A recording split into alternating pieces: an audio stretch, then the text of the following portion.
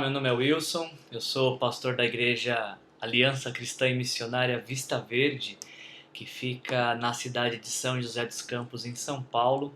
Esse aqui é mais um vídeo da série Conheça a Sua Bíblia, uma série de vídeos que nós estamos realizando em conjunto com o calendário de leitura bíblica anual. Eu trouxe esse desafio para a nossa igreja de lermos a Bíblia inteira este ano, e cada vez que no nosso calendário surge um novo livro para ser lido, eu estou lançando um vídeo explicando um pouquinho sobre do que se trata esse livro, quem é o autor, uma estrutura básica de divisão de capítulos, temas centrais, mas principalmente a nossa intenção é te encorajar na leitura bíblica anual, é te desafiar a ler a Bíblia e entender que ela é a palavra de Deus para você, por meio do qual Deus quer que você o conheça, Deus quer se tornar conhecido.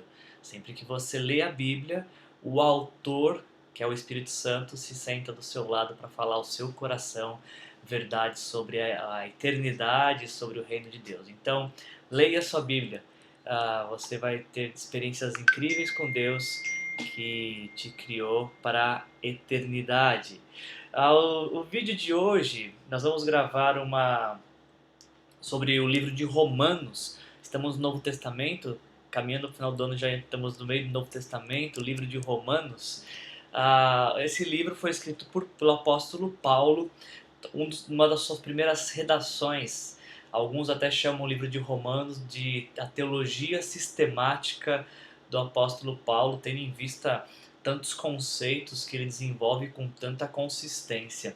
Paulo, imagina-se que ele escreveu a carta aos Romanos entre o ano 56 e 58 depois de Cristo, quando Paulo passou por um longo período na cidade de Corinto. Então, de Corinto, Paulo está escrevendo uma carta para Roma, para os cristãos de Roma, que é essa carta que nós temos na nossa Bíblia, a carta aos Romanos. A gente vê isso com mais clareza em Atos capítulo 20, versículos de 1 a 5, e até mesmo em Romanos capítulo 16, versículo 23, quando o apóstolo Paulo diz as seguintes palavras: Gaio, cuja hospitalidade eu e toda a igreja desfrutamos, envia-lhe saudações. Erasto, administrador da cidade, nosso irmão Quarto, enviam-lhe saudações. Ou seja, Paulo está falando de um lugar que ele estava em Corinto, de pessoas que estavam enviando saudações aos romanos. E também a gente pode imaginar que essa carta não apenas foi escrita em Corinto, como foi ditada por Paulo, inspirada pelo Espírito Santo, ditada por Paulo, mas redigida por um homem chamado Tércio. Em Romanos 16, 22, nós lemos: Eu, Tércio, que redigi esta carta, saúdo vocês no Senhor. Quando a gente lê o livro de Romanos, fica muito claro para nós a intenção que o apóstolo Paulo tinha, que era demonstrar como toda a humanidade pode e deve ser justificada única e exclusivamente pela fé no sacrifício de Jesus. Paulo escreve toda a carta de Romanos para defender essa questão da justificação pela fé, ou seja, alcançamos uma justiça pelos feitos de Jesus. São os feitos de Jesus na cruz que conferem a nós a justificação no tribunal de Deus. A justiça de Deus nos é imputada.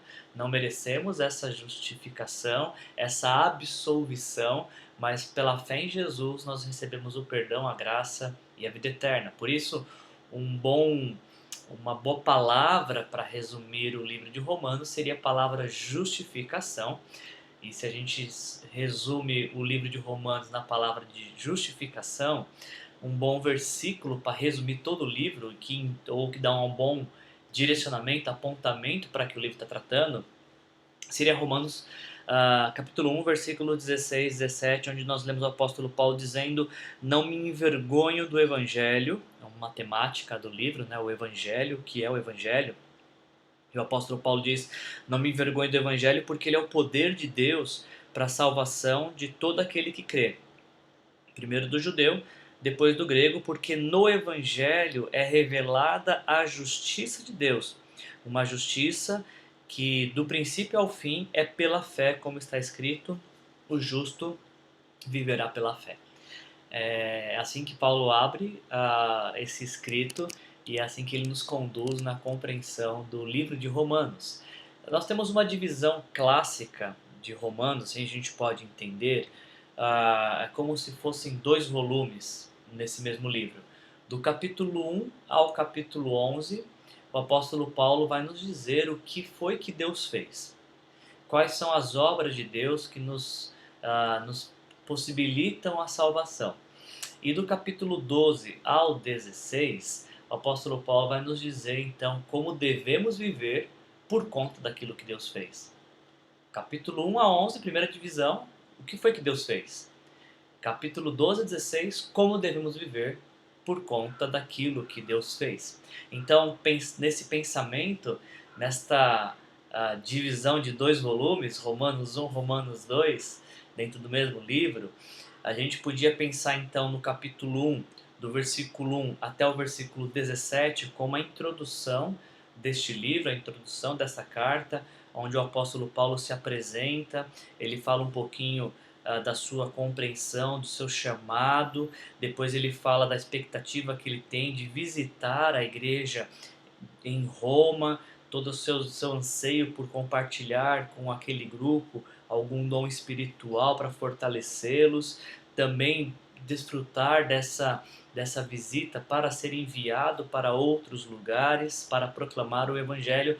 Capítulo 1, versículo 1 a 17, nós temos a introdução. Quando a gente chega no capítulo 1, versículo 18, até o capítulo 3, versículo 20, o apóstolo Paulo começa a falar sobre a perdição do homem. Por que o apóstolo Paulo começa a explicar por que nós precisamos de um Salvador. E aí ele começa a falar como que os homens se perderam, como é que os homens nasceram desconectados de Deus por conta do pecado. O ápice deste ensinamento, de uma justiça necessária, é que todos os homens estavam perdidos. Ele mesmo vai falar isso, que todos pecados estão afastados da glória de Deus.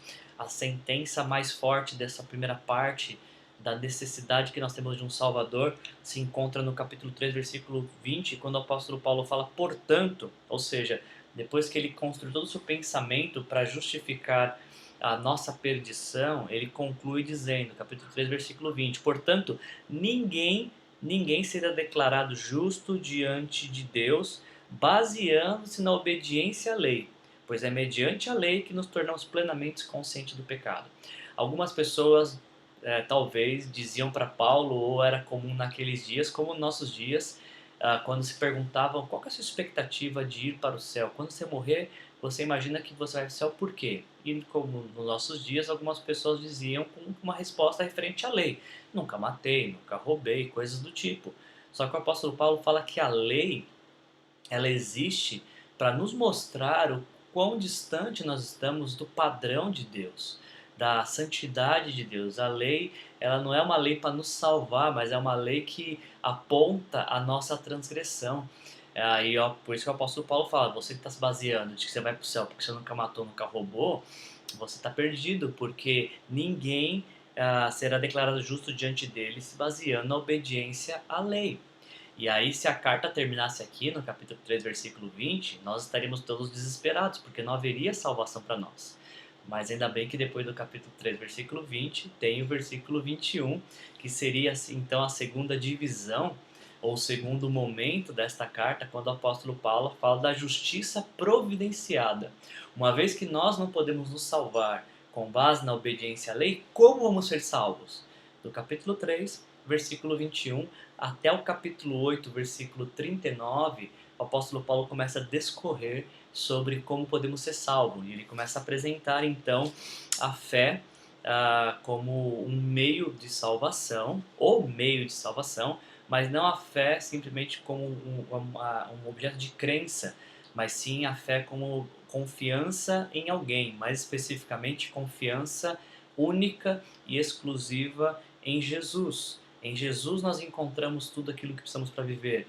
Somente em Jesus encontramos aquele que pode nos salvar. Então, do capítulo 3, versículo 21 até 8, 39, o apóstolo Paulo fala que essa salvação, a libertação da condenação do inferno, a libertação da prisão do pecado, nós encontramos na fé em Jesus. Quando nós depositamos a nossa confiança em Jesus, quando nós acreditamos que aquilo que Jesus fez na cruz, ao morrer no nosso lugar por nossos pecados, é suficiente para perdoar nossos pecados, mas também nos conceder a adoção de filhos, nós encontramos então a salvação de Deus e somos novamente reconectados com Deus. Essa porção ela termina de uma maneira muito interessante, capítulo 8, a partir do versículo 37, o apóstolo Paulo fala que em todas as coisas somos mais que vencedores por meio daquele que nos amou, de Jesus, e que nada poderia nos separar do amor de Deus que está em Cristo Jesus, nosso Senhor. Apenas em Cristo Jesus, nosso Senhor, é que encontramos a salvação. E aí o apóstolo Paulo vai encerrar com um dos trechos do Novo Testamento de mais difícil compreensão, que levaria muito tempo para a gente estudar e esclarecer, ou para ter alguma pequena impressão. Obviamente que o tempo não nos permite neste vídeo, então vou apenas passar essa última divisão, que é do capítulo 9 até o capítulo 11, que eu estou chamando aqui de justiça soberana. A primeira divisão, capítulo 1, versículo 18 a 3:20, eu chamei de justiça necessária. Era necessário punir o pecado. Capítulo 3, versículo 21 até 8:39, nós vemos que essa punição foi aplicada em Jesus, e quando nós cremos em Jesus, nós recebemos a vida eterna. E agora, capítulo 9 ao capítulo 11, eu estou chamando de justiça soberana, porque ela mostra o plano soberano de Deus para nos trazer salvação, um plano que foi esboçado e iniciado quando Deus escolhe um povo, o povo de Israel, que serviria como berço para o nascimento do Messias. Existem algumas coisas que mereceriam um estudo mais profundo sobre o papel de Israel na história da salvação e como que Deus usou a nação de Israel para fazer com que a proclamação da salvação chegasse chegasse a nós, chegasse a toda a humanidade. Então a gente parte agora para o segundo volume, se eu posso chamar assim, do livro de Romanos. Já falamos do primeiro volume, que é o que Deus fez em Jesus para nos salvar. E agora, do capítulo 12 ao capítulo 16, nós vamos encontrar como devemos viver por conta daquilo que Deus fez. Então, no capítulo 12, o apóstolo Paulo vai falar sobre apresentarmos a nossa vida como um sacrifício vivo no altar de Deus, nós sendo o sacrifício. Essa é uma linguagem, obviamente, do Antigo Testamento, quando sacrifícios eram oferecidos como uma confissão de pecado e um estabelecimento de uma reconexão com Deus. E Deus fala, bom, agora vocês são sacrifício, o culto de vocês é racional. Capítulo 12, versículo 2, não se amoldem ao padrão desse mundo, mas transformem-se pela renovação de vossa mente. Esse é o culto racional de vocês. Então o capítulo 12 começa falando sobre uma nova forma de viver. Uma forma de viver que é baseada no amor. O amor pelo próximo, o amor até mesmo por aquele que nos persegue, o amor até mesmo por aquele que nos faz o mal. O capítulo 12 encerra assim, inclusive. Não se deixem vencer pelo mal, mas vençam o mal com o bem. Como devemos viver? Por conta daquilo que Deus fez por nós. Capítulo 13 fala sobre submissão às autoridades, o que fala da nossa cidadania cristã. Não somos deste mundo, nós somos membros de um outro reino, o reino de Deus, mas vivendo neste mundo, como embaixadores. Nós estamos aqui, mas não somos daqui. Somos peregrinos, somos representantes deste reino, mas enquanto estamos aqui, nós devemos ser bons cidadãos, refletindo do reino que nós pertencemos, ao reino do qual fazemos parte. Como devemos viver por conta daquilo que Deus fez por nós. Capítulo 14 fala sobre a generosidade cristã. Devemos viver de uma forma generosa. Capítulo 14 e capítulo 15 nos mostra isso. E aí então, capítulo 16, ele vai encerrar com umas saudações pessoais, uma lista gigante de diversas pessoas que o apóstolo Paulo manda lembranças nessa carta.